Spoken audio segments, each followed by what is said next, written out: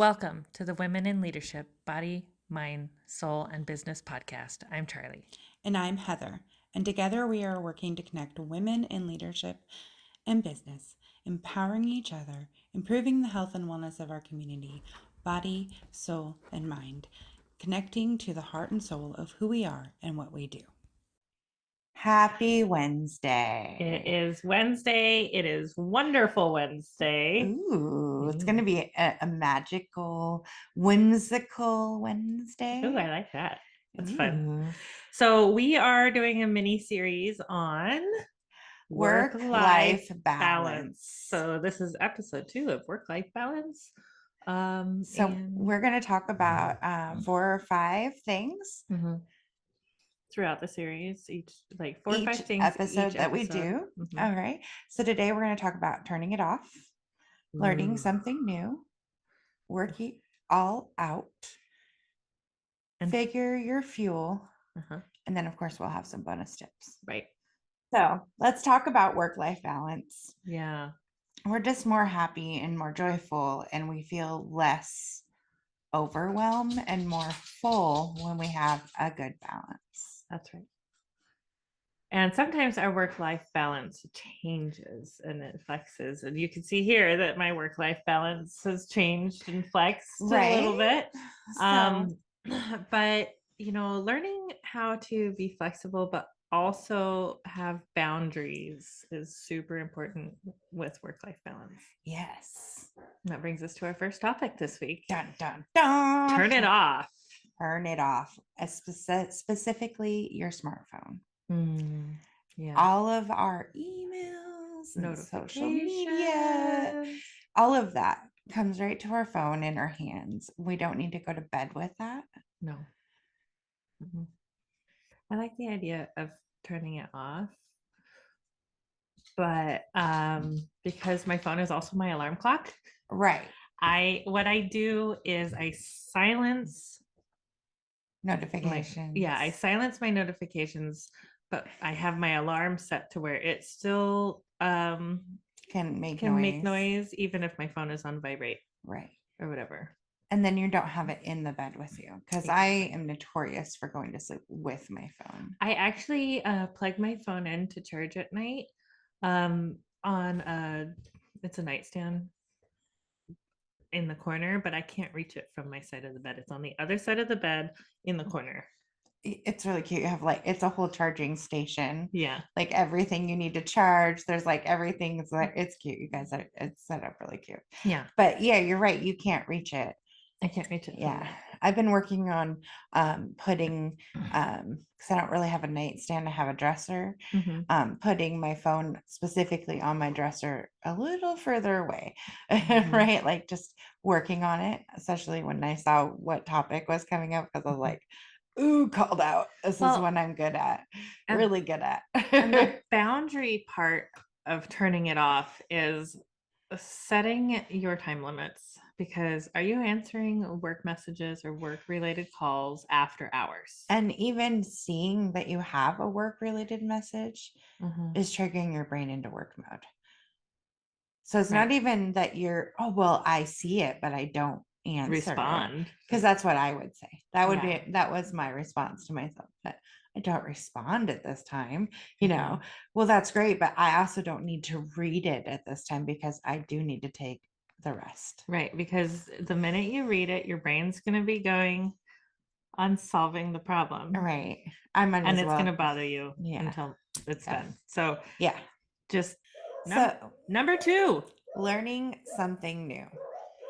Scheduling something away from your screen to learn something new. So this is great, like going and taking a class or tapping into a craft class. We have all these ladies that are doing really cool things. You don't have to pre-shop for anything, because you just show up and everything's there. Everything's there. So amazing. I'm looking forward to taking the Google professional courses. Ooh. So I can learn more about how Google Workspace works and how we can use it more efficiently for our business. That is very exciting. That's a skill that I'm looking for. Skill, and it's learning something, but it's still on your screen. Yeah. So thinking about something you could do away from the screen, so you get a break from the screen. Because especially, well, so if you were somebody that worked out in the field, right? Like always, what is something we can learn? Like you learn different gardening things I often. do. I do. I've been trying different You forms different, of art. and I was gonna say different crafts and And I like doing stuff like that. Another thing I like to do, and I tend to do, that's, I'm learning something new, is reading. I love to an read. actual book, An right? actual paper book that smells like paper. Right. I also like e-readers. Pardon me. I have a Kindle. I haven't used it in a long time because I've been reading real books too. But not connecting it to all the social media, Mm, only connecting it to the e-reading stuff. like Audible Yeah. or the library. The library, Yeah. or can't even remember what Google Primes is anymore.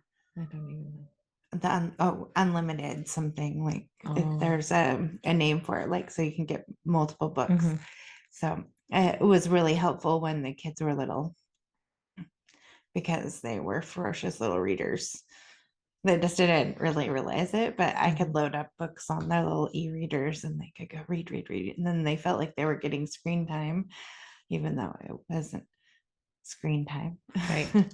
Right. That's a So little trick. that was a little trick. So that was a bonus thrown in there. So because they had those, because you can go to like a pawn shop yeah, and get an older version of an e-reader for super inexpensive. yeah, And then it still hooks to your Amazon. right. Yeah. So if it breaks, then whatever. It's not, yeah, it wasn't Not a big deal, but they're still reading. But it's also important to schedule Yeah. something with yourself to do these things, to get away from the screen, to learn something new, to try something new. Alexa, we were not talking to you. Sorry, I thought I heard my name. All right. Next, Number 3. work it all out. So your health matters. So make sure you're doing movement, go for a walk, and put it in your schedule as a non-negotiable. Yeah. So, and again, it all circles back to setting boundaries right. around your time and what that looks like for you. Okay. Do things that are good for you. Yeah, like Heather said, go for a walk, do some yoga, Do spontaneous dancing. go to the Y and swim, just whatever it is that works the physical body, but also makes you feel good. Right. Okay. So you can find an activity that you can enjoy. We hold issues in our tissues.